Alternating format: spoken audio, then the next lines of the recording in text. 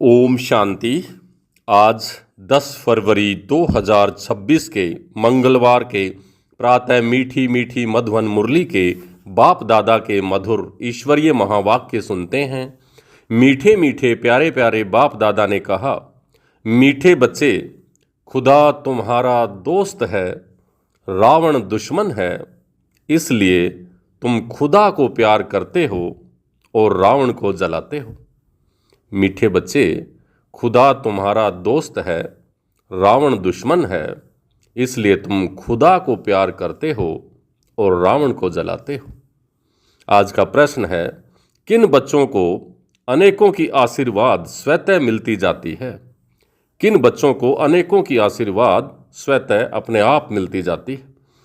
उत्तर है, जो बच्चे याद में रह स्वयं भी पवित्र बनते और दूसरों को भी आप समान पवित्र बनाते हैं, उन्हें अनेकों की आशीर्वाद मिल जाती है। वे बहुत उच्च पद पाते हैं। बाप तुम बच्चों को श्रेष्ठ बनने की एक ही श्रीमत देते हैं। बच्चे, किसी भी देहधारी को याद ना कर मुझे याद करो। गीत चला, आखिर वह दिन आया आज, जिस दिन का हम रास्ता तकते थे। ओम शांति। ओम शांति का अर्थ तो रूहानी बाप ने रूहानी बच्चों को समझाया है। ओम माना मैं आत्मा और यह मेरा शरीर है। आत्मा तो देखने में नहीं आती है। आत्मा में ही अच्छे व बुरे संस्कार रहते हैं।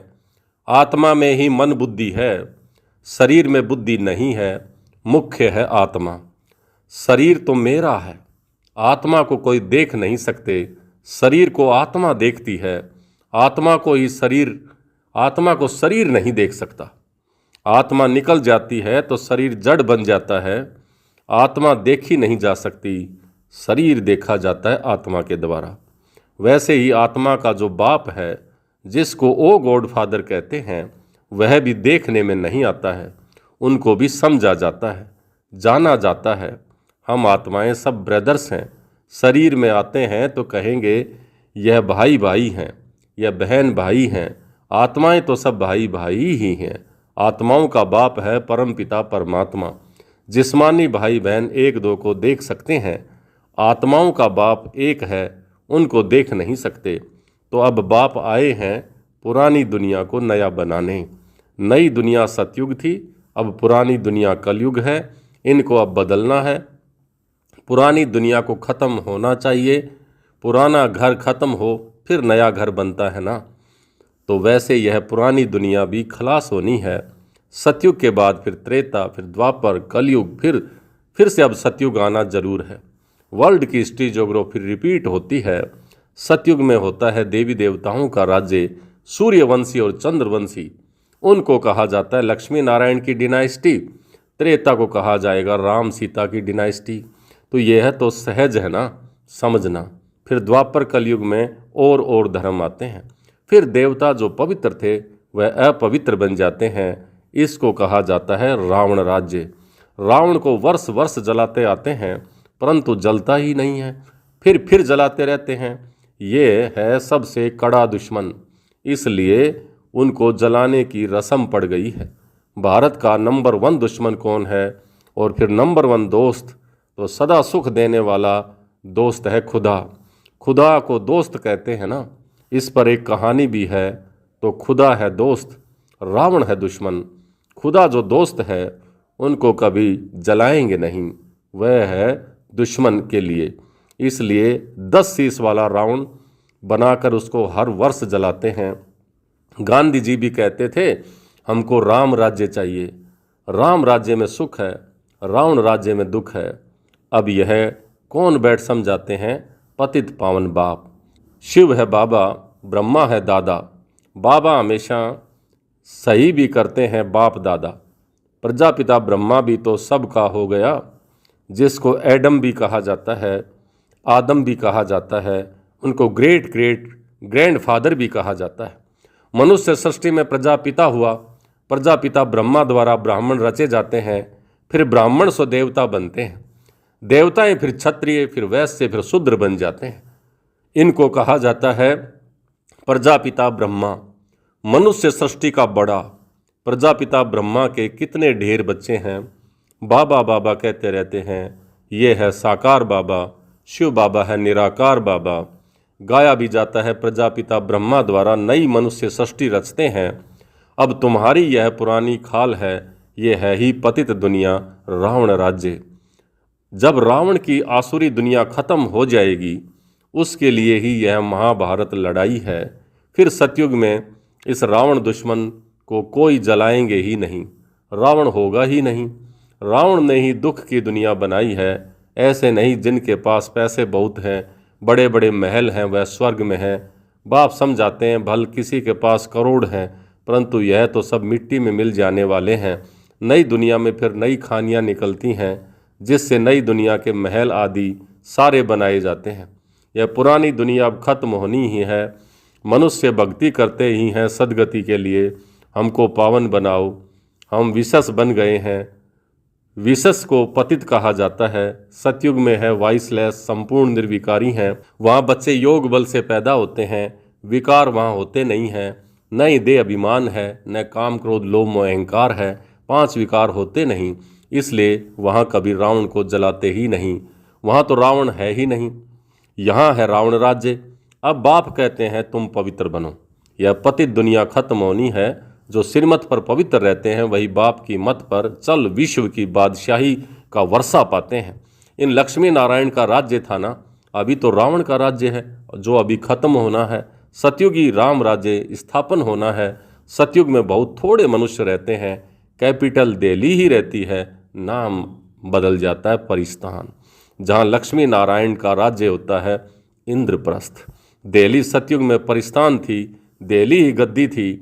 रावण राज्य में भी दिल्ली कैपिटल है, राम राज्य में भी दिल्ली कैपिटल राजधानी रहती है। परंतु राम राज्य में तो हीरे जवाहरातों के महल थे, अथाह सुख था। अभी बाप कहते हैं तुमने विश्व का राज्य गंवाया है, मैं फिर तुमको देता हूँ। तुम मेरी मत पर चलो।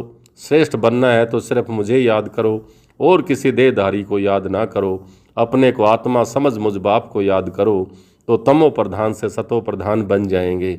तुम मेरे पास चले आएंगे, मेरे गले की माला बनकर फिर विष्णु की माला बन जाएंगे। माला में ऊपर में मैं हूँ, फिर 2 ब्रह्मा सरस्वती, वही सतयुग के फिर महाराजा महारानी बनते हैं। उन्हों की फिर सारी माला है जो नंबरवार गद्दी पर बैठते हैं। मैं इन भारत को इन ब्रह्मा सरस्वती और ब्राह्मणों के द्वारा स्वर्ग बनाता हूँ। जो मेहनत करते हैं उन्हों के ही फिर यादगार बनते हैं। वह है रुद्रमाला और वह है विष्णु की माला। रुद्रमाला है आत्माओं की और विष्णु की माला है मनुष्यों की। आत्माओं के रहने का स्थान है निराकारी परम धाम, जिसको ब्रह्मांड भी कहते हैं। आत्मा कोई अंडे मिसल नहीं है, आत्मा तो बिंदी मिसल है। हम सब आत्माएं वहाँ स्वीट होम में रहने वाली हैं। बाप के साथ हम आत्माएं रहती हैं। वह है मुक्ति धाम। मनुष्य सब कहते हैं मुक्ति धाम में जाएं, परंतु वापिस तो कोई एक भी जा नहीं सकता है। सबको पार्ट बजाने आना ही है। तब तक बाप तुमको तैयार कराते रहते हैं। तुम तैयार हो जाएंगे तो फिर जो भी आत्माएं हैं वो सब आ जाएंगी। फिर खलास, तुम आकर नई दुनिया में राज्य करेंगे। फिर नंबरवार चक्कर लगाएंगे। गीत में सुना है ना, आखिर वह दिन आया आज। तुम जानते हो कि जो भारतवासी अब नरकवासी हैं वह फिर स्वर्गवासी बनेंगे। बाकी सब आत्माएं शांति धाम में चली जाएंगी। समझाना बहुत थोड़ा है।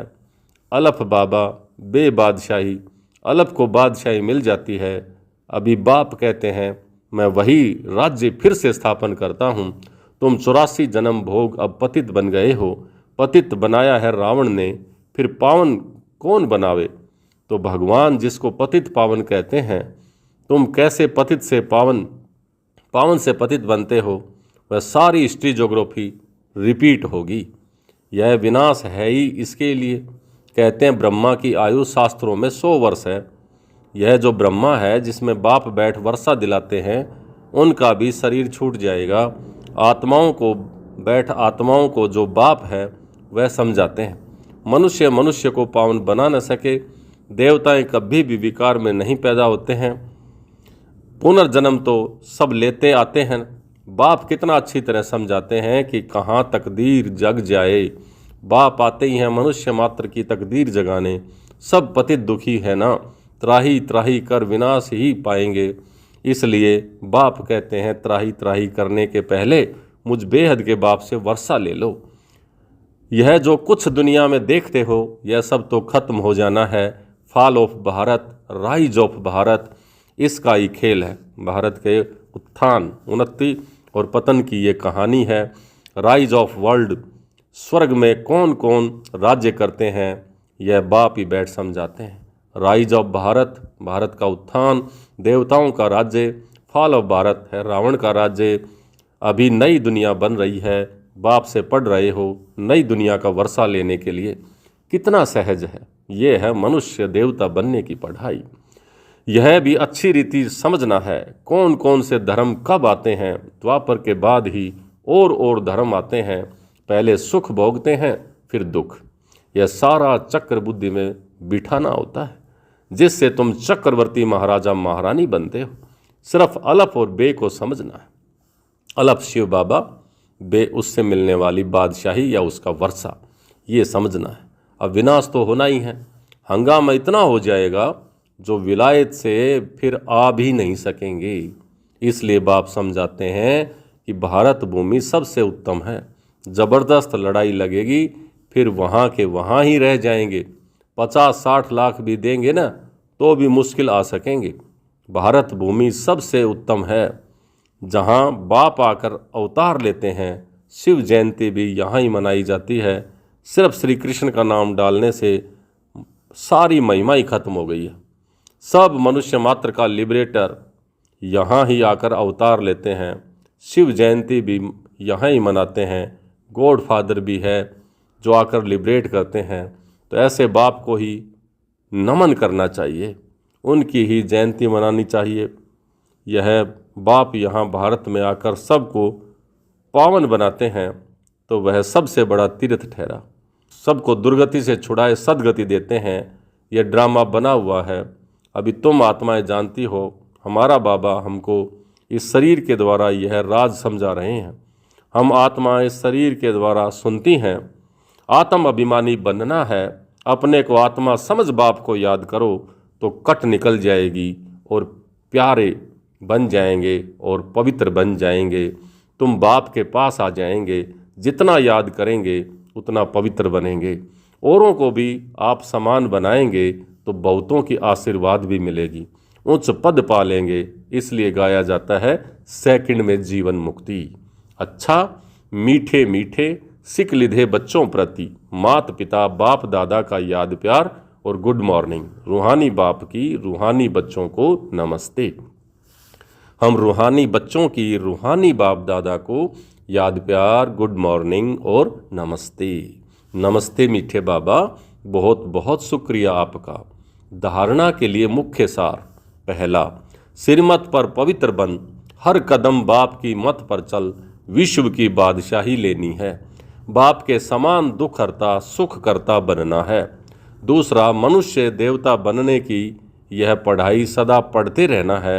सबको आप समान बनाने की सेवा करके आशीर्वाद प्राप्त करनी है।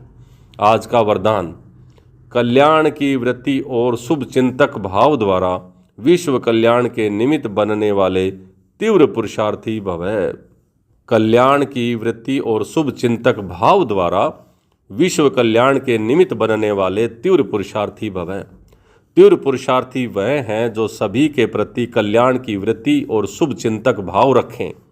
भल कोई बार बार गिराने की कोशिश करे, मन को डगमग करे, विघन रूप बने, फिर भी आपका उसके प्रति सदा शुभ चिंतक अडोल भाव, उस आत्मा के प्रति शुभ चिंतक का अडोल भाव हो। बात के कारण भाव ना बदले, हर परिस्थिति में वृत्ति और भाव यथार्थ हो तो आपके ऊपर उसका प्रभाव नहीं पड़ेगा। फिर कोई भी व्यर्थ बातें देखने में नहीं आएंगी, टाइम बच जाएगा। यही है विश्व कल्याणकारी स्टेज। आज का स्लोगन, संतुष्टता जीवन का श्रृंगार है, इसलिए संतुष्ट मणि बन, संतुष्ट रहो और सर्व को संतुष्ट करो।